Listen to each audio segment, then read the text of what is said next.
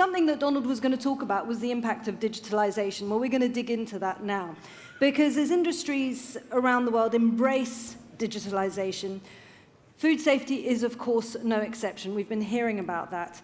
And in this next session, we're going to dive into the latest tech-driven advancements in food safety. And our expert panel is just going to walk you through some real-world applications, including cutting-edge environmental monitoring, fresh approaches to managing HACCP plans, and also how digital tools are reshaping safety protocols in everyday operations. Now, this session is moderated by Dean Atkins-Leventhal, who we all met yesterday and who you all know, who's Senior Director of the Global Food Safety and Quality Systems at Mondelez International.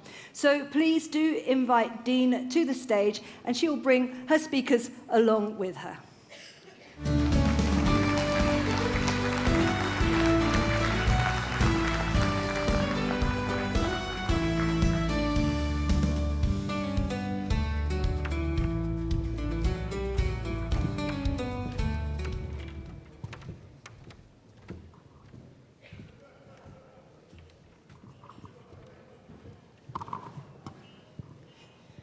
Good morning, everyone, and I'm excited to moderate our first panel session this morning. And Isabel set it up really nicely as we're going to be talking about digitalization in food safety, transforming practices with technology.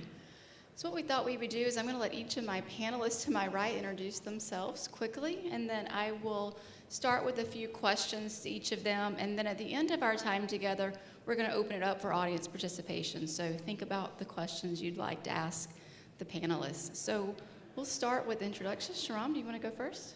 Sure. Good morning, everyone. Shahram Ajamian. I am Senior Director of Global Food Safety and Quality Governance at McCormick & Company. I lead the strategic planning and execution of food safety quality management systems. And I also support our digitalization and data transformation journey. I've been with the company for 11 years in various roles. Prior to that, I have 12 years of experience in food industry, as well as auto and car manufacturing industry, where I was heavily engaged in lean manufacturing and Six Sigma. Good morning, everybody. I am Silvia Pereira. I work for Mars. I've been working for the company for the last 30 years. And yes, I started almost when I was born. And I lead quality and food safety for Mars, Inc. It is really a pleasure to be here with you. And I just want to mention that I was a little bit nervous before coming here. Now I am even more, because I was realizing how human we are, right? As we do our job every day, we can have this kind of situation. So thanks, Donald, for being here and trying to do all the speech, because we are always doing that in our daily jobs. But we are not heroes, we are humans. So thanks for reminding us. And that's it. So, Olivier. Thank you, Sylvia, and good morning, everyone. My name is Olivier Mignot. I'm the Global Head of Quality for Nestlé, based in Vevey, Switzerland, where the headquarters of Nestlé are. A bit similarly to Sylvia, right? Only one company, Nestlé, for over 38 years now, in a lot of different roles and a lot of different positions across the company. As I was talking yesterday to some of my fellow companions and peers in food safety, I'm really privileged that I had the opportunity throughout the years to visit more or less all aspects of the company. And I feel that in the role that I am today is really an opportunity to kind of leverage all the experience that I had throughout R&D, throughout operations, throughout quality management, and therefore put me in a very good position to basically drive forwards food safety and quality for our company. Great, thank you all so much. So the first question we're going to start with, and I'll start with Shahram here, is how has digitalization transformed your organization's approach to food safety management over the past few years? Sure. So I'd like to talk about McCormick just a bit. McCormick is a Fortune 500 company. It's the largest spice producer in the world. And it has a portfolio of products like spices, condiments, flavors, seasonings, and it operates in more than 30 countries. Our products are in over 150 countries, and we have over 14,000 employees. So for such a global company, we really have a principle that we call the taste you trust. And when we talk about trust, the trust comes from transparency, the trust comes from consistency, and data is very important. Information is really key to prevention and also to preventive and proactive risk management system. So for us, for McCormick, the digital transformation is a strategic imperative. We have a top-down approach where we specifically plan for this transformation. And in the last few years, we have developed a roadmap where it talks about our vision about the future. And in that roadmap, we have milestones and we have different elements, such as what is the factory of future? What is the lab of future? What is the quality management system of future? And that gives us a better strategic view around that. Aside from the roadmap that creates the strategy, and within that roadmap we define different initiatives, we also have a tool where it can help us to prioritize the initiatives from the impact standpoint and also from the feasibility standpoint. So impact for us where we have business risk, where we have the challenges where we can gain the most, and then feasibility is where we have the systems, where we can digitalize, where we can have the data gathered, centralized, and how difficult it would be to do that. So a combination of these two provide a better vision for us on how we can move forward. With that, we have the intention, we have the strategy, and we have the tools, and that helps us to navigate through this roadmap. It's going to be a journey. I'll talk specifically about the environmental monitoring program. That's one of the initiatives that we have. But we have used essentially things like paperless factory, things like AI for product and formula development. Automation is certainly there as part of our digital transformation, and all of that protect the taste you trust concept and principle that we have. Great, thank you. So Sylvia, same question for you. How has digitalization transformed your organization's approach to food safety? So let me start saying that at Mars, we always believe that you don't have a food if it's not safe. We always say that if it's not safe, it's not food. But our approach to deliver that purpose was always in the past, or historically, was based on delivering standards, delivering process, and delivering all the things that we were doing in the same way, right? Really with standardization. And what we learned is that we all know the world has changed. We all know that our company also has changed. It has evolved and grown. So if we look 10 years ago, the size of our business and the size of our business today, it's much bigger. So just for you to have an idea, one of our segments today, it's larger than Mars used to be 10 years ago. So at that point in time, we started to think that we really need to have a different approach.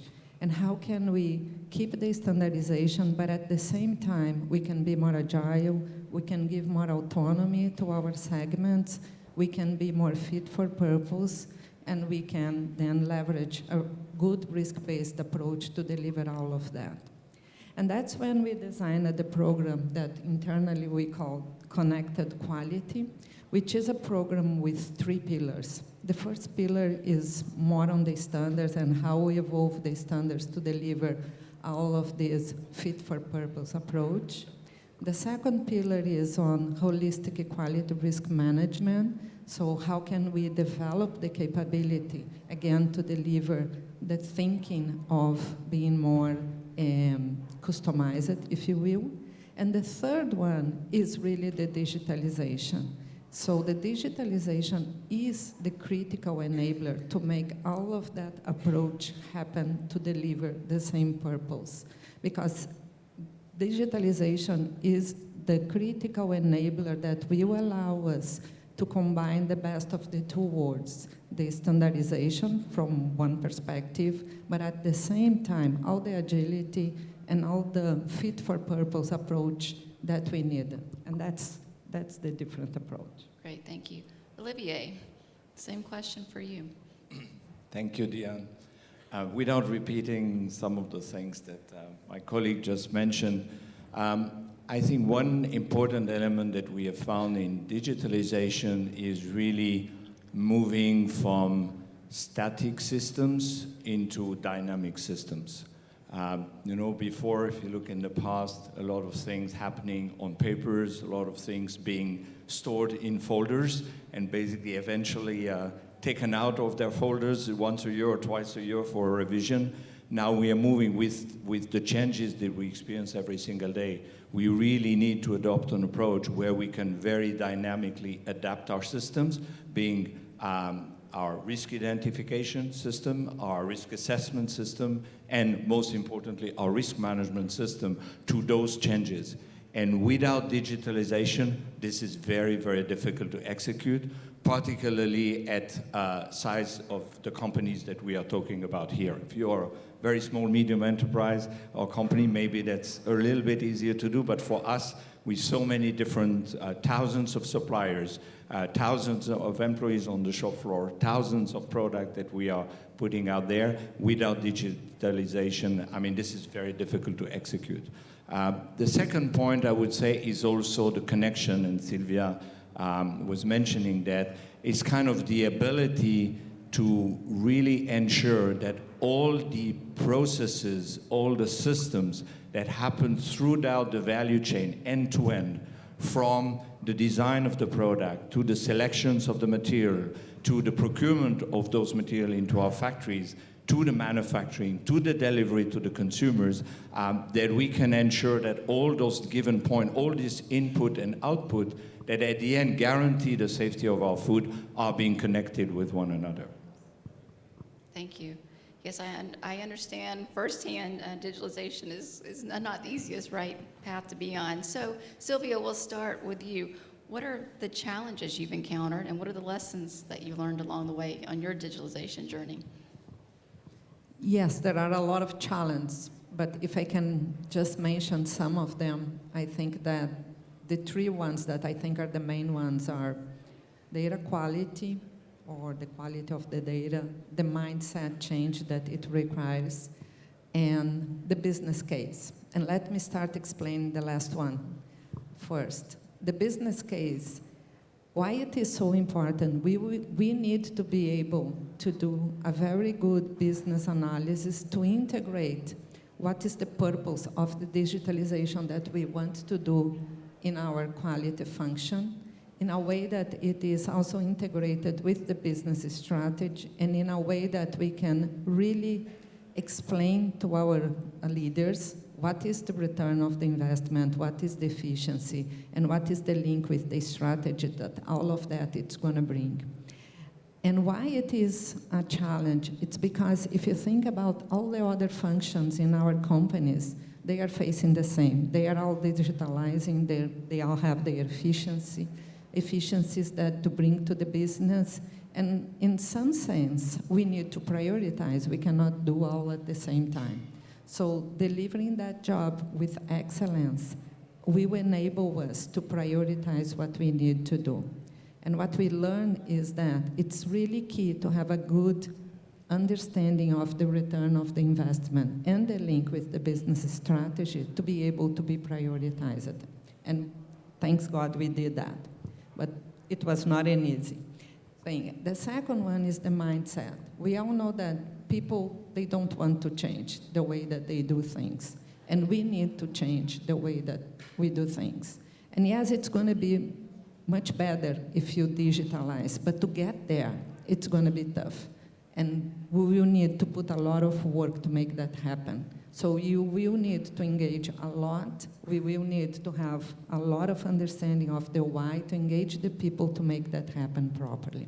And it's very linked with the data quality.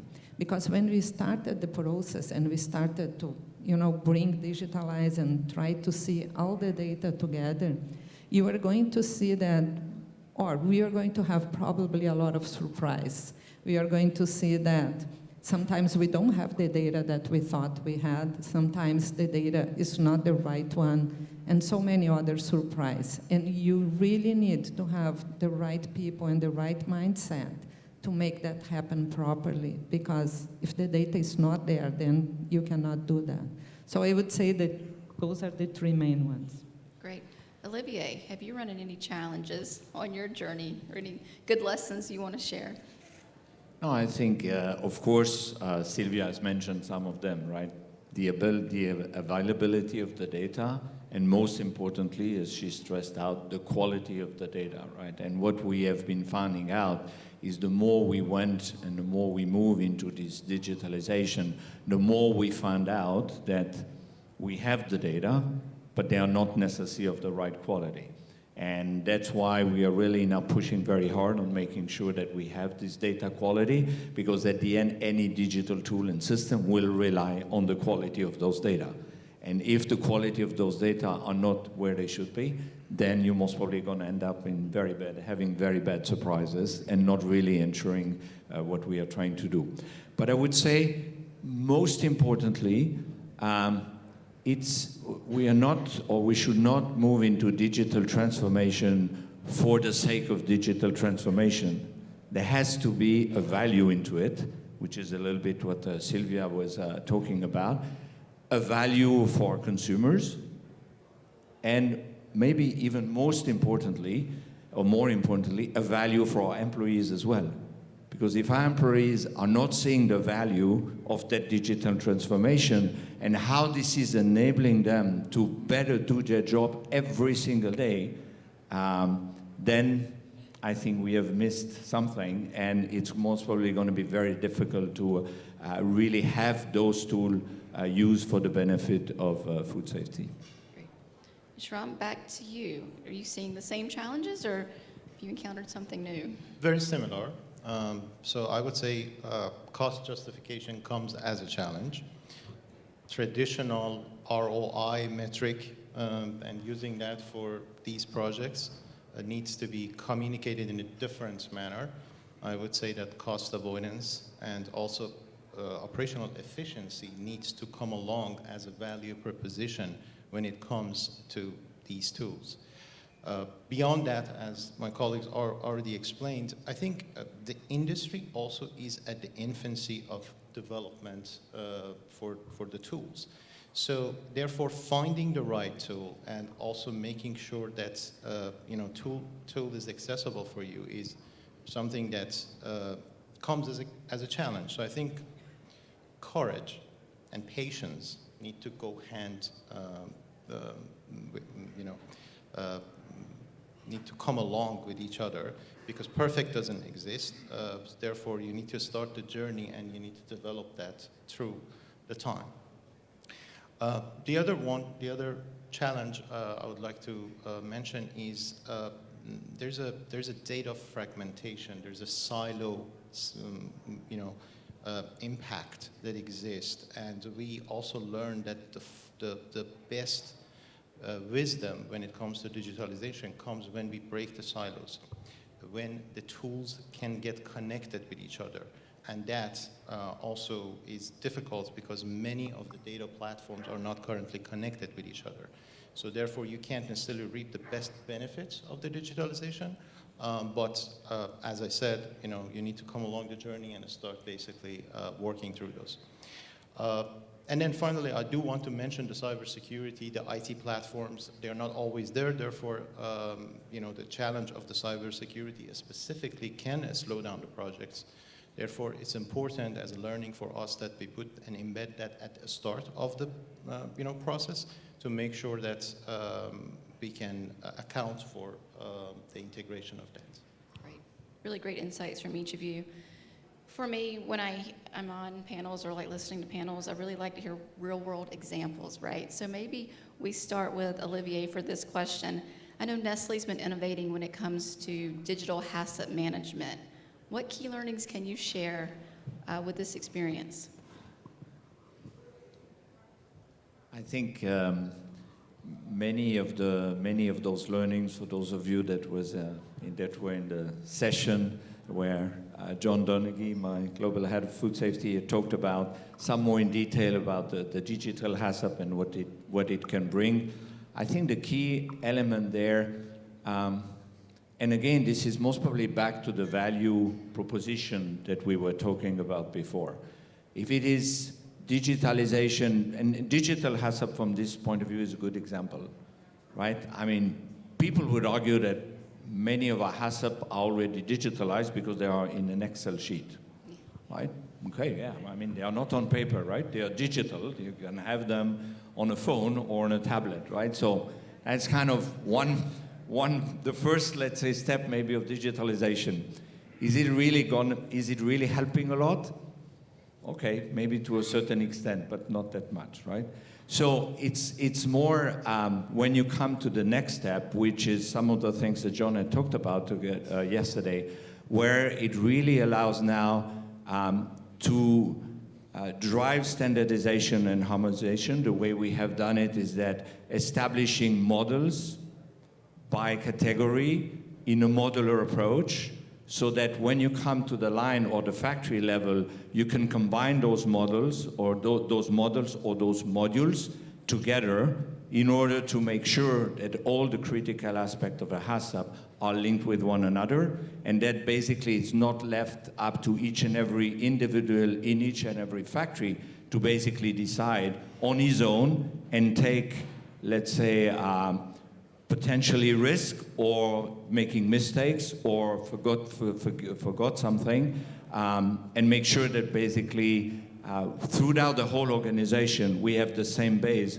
on which those models are being organized.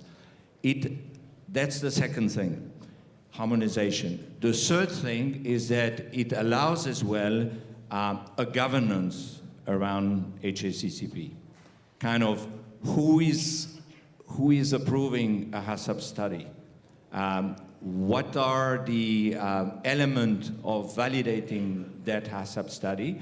And this you can enforce through the system, right? You can make sure that every time a new HACCP study is being conducted, that you have the right people at the right level. They're gonna look at it depending on maybe the severity or the criticality of the product that is manufactured, or other element. Is there a model?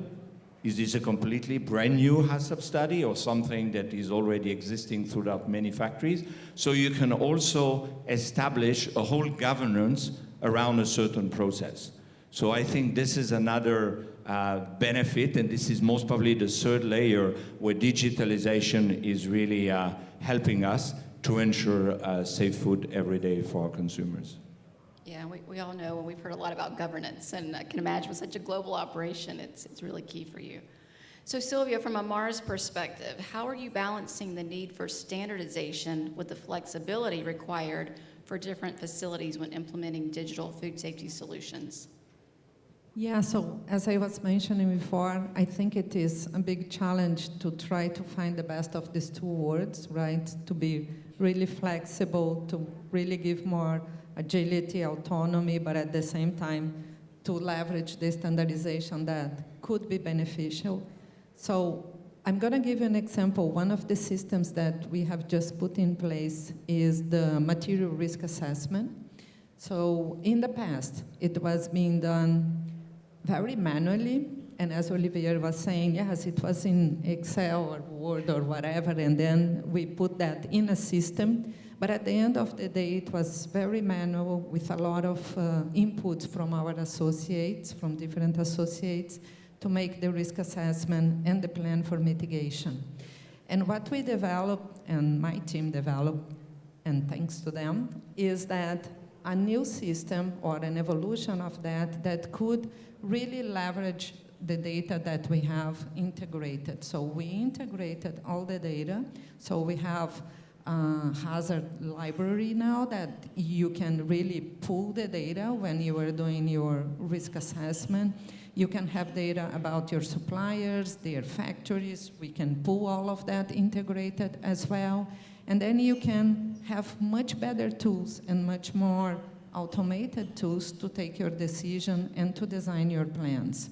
So we believe that it is bringing the best of the two worlds. And just for you to have an idea, it allowed us, for sure we put also some improvements in the tool, right? And also some additions, like we have some new information. We used to have, for example, just country of origin. Now we have country of harvest and some other improvements. And what happened is, today, the same analysis that we used today before, it takes about 70 less time to make that happen, 70. So 1/3 of the time to do the same thing that we used to do before in a much better way, in a much more automated way. So it is amazing. And the second example of the efficiency and also response, time for response of the data is that a case about 3 years, I think 3-4 years ago, we faced an issue that we were trying to understand what are all of our factories that were receiving a given raw material from a given geography, because we thought that we could have an issue.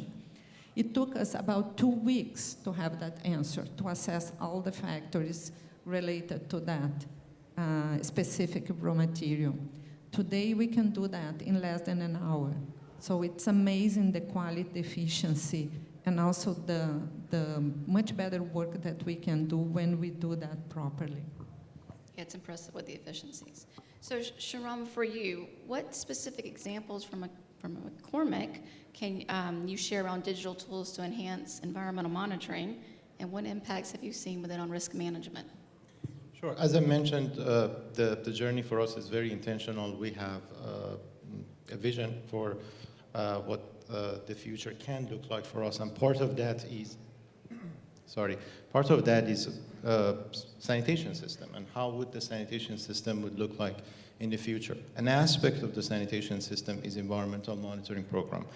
It's critical for us because it is a leading indicator of the performance of the environment, of the sanitation system. So therefore, that was chosen as where we can put the digitalization tools in place. And it's been a great story for us. We have seen data transparency, and we also have seen data accessibility. So with all the sites, or many of them are using the digital tool, now we have access to data. We can see the data. We also were able to remove a lot of manual entries because the standardized ways of data entry is defined and go through the system. We also have real-time monitoring because when the data comes from the lab, it goes directly into the system. Therefore, there is no time lag between when the data is generated by the time it comes to our system. And perhaps the most impactful part of that is data analytics. So we have the data and the digital tools. Having a digital map, having the analytical part of the software helps us to look at the trend in a different perspective that didn't exist before. And we can take a look at the data in a different way. The tool also.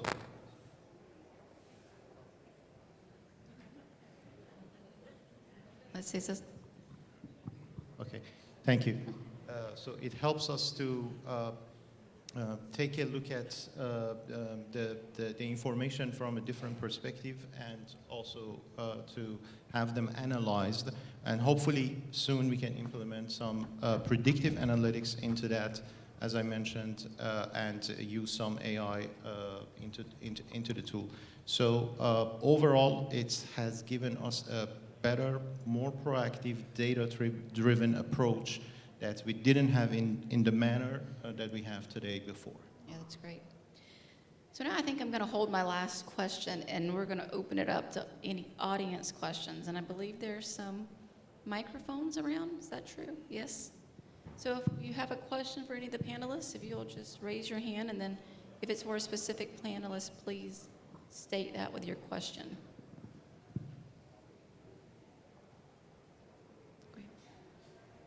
Martin Wieben, Cornell University. Very interesting panel. It seems to me a lot of what we heard is a focus on existing data that we already utilized with paper. How about using new data forms, unstructured data, video data, real-time sensors for pH, for vibration on equipment, etc.? Where are you with that transformation? We are in that transformation. So, so some of the controls that exist in food safety and from the food safety perspective in food industry has time lag. Anytime that we have time lag, we have been thinking about how we can add essentially a real-time monitoring. Part of that is using an inline system versus an offline system. We've been successful in the technologies that currently exist, such as image processing for looking at the labels and looking at the graphics of the label, making sure that we have the right product. From the foreign material control, I know metal detector and X-ray have existed in the industry before, but we are also looking at a different application of those, not just from the foreign contaminants, but also from the overall defect level of a product.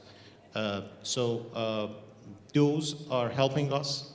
We have the IoT sensors, and we are starting to learn to use them more. As I said, the tool development and the integration should come, along with each other. And we look also at the, the new tools as they arrive to see how we can implement those. Anyone else want to add? Yeah, very much. Sorry, very much in line with what Sharm said. I think what we are working on, and this is something that was mostly pushed more by the manufacturing engineering teams, which is around building up digital twins. Right? And with digital twins, of course, you can work a lot on prediction and simulation. And so far, quality or data related to quality, or some of the things that you have mentioned that maybe you don't think they have an impact on quality, but they may have an impact on quality, were not really embedded into the system. So basically now what we are doing is we're looking at it with an end-to-end approach that the digital twins not only is there to predict if a certain machine is going to have a failure at a certain time, or if we need to trigger maintenance, but do we need to change and adjust some of our management systems because of something that's going to happen possibly in the future. So I think embedding quality and food safety into the digital twin approach is going to be very important in the future. It's going to help in the direction of what you have just mentioned. So I'm not going to repeat what my colleagues have just said, so aligned with all of that. I just want to bring another angle for your question, which is how we are dealing with data in a different way than just the data that we already have in our company. And another thing that we are working on top of what they said, is really data collaboration, right? And I think we are going to have a session about that. So we put together some companies to test the model on how can we share more data, not only with our internal view, or how can we share and collaborate with food safety data in a way that we can raise the bar for food safety, we can have even better, but we can really share, because imagine the power that we can have if we have all of the companies here sharing the data and being able to prevent much more. So this is something that you are going to have a session, but I just want to remind us that it is another angle of doing what we are doing. Yeah, we're stronger together, right? Okay, yes, please. So go I ahead. have a question. Good morning, everyone. My name is Arturo Carrillo from US, representing Bimbo Bakeries, USA. And building in the same discussion is about the use of artificial intelligence to track, monitor, and also to provide and predict performance of quality ahead of time, and also to help and support associates, right, that perform a quality role. So I don't know, what is your the progress, or how do you see, where's the vision of your companies in that trend? Sure. Artificial intelligence, predictive analytics, machine learning, for us is part of the journey. I do want to talk about this question from a different perspective, if that's okay. And hopefully I can get back there. So we are living in a world where it's rapidly changing. And I think the future is smart, the future is connected, and the future is predictive. What we have ahead of us is a new generation, a Generation Z, where I know we call this here digital transformation, but digital is an expectation for them. So when they come to work, they want digitalization, they want predictive analytics as a given. At the same time, we also have consumers. Consumer wants personalized data. Consumer wants smart integration of food safety information into their platforms. Therefore, I think we are in the journey where we need to really think strategically around that, because the world around us, other industries around us are rapidly changing. And food safety is a regulated, heavily regulated industry. It's an industry that really needs to come along when it comes to this transformation. And it has to really strategically think about planning around that, making sure there are investment around that, making sure regulation catch up with the concept of artificial intelligence and transformation, and making sure that we have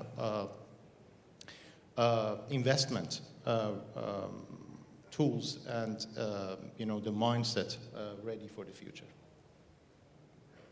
Can I still talk? We do have time. I think we have a minute, yes. So I think there is a lot happening in that sense, so thanks for the question. We have a lot of platforms that we are working with AI in terms of understanding, prediction, prescription, recommendation. So a lot happening. But I think what I want to say is that in the past, I think we would do things in steps, right? We would have the foundation, then we would have the digitization, then the digitalization, then artificial intelligence. What is different today is that you need to do everything in parallel, and you need to keep testing and learning. So while you are really building a great foundation, we are already testing AI models, right? And it has to be done in parallel. And that puts some difficulty, but by the other side, some excitement, because you can have all together.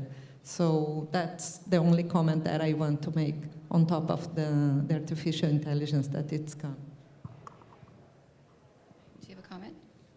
Just a short one, and this is also referring to something I mentioned before.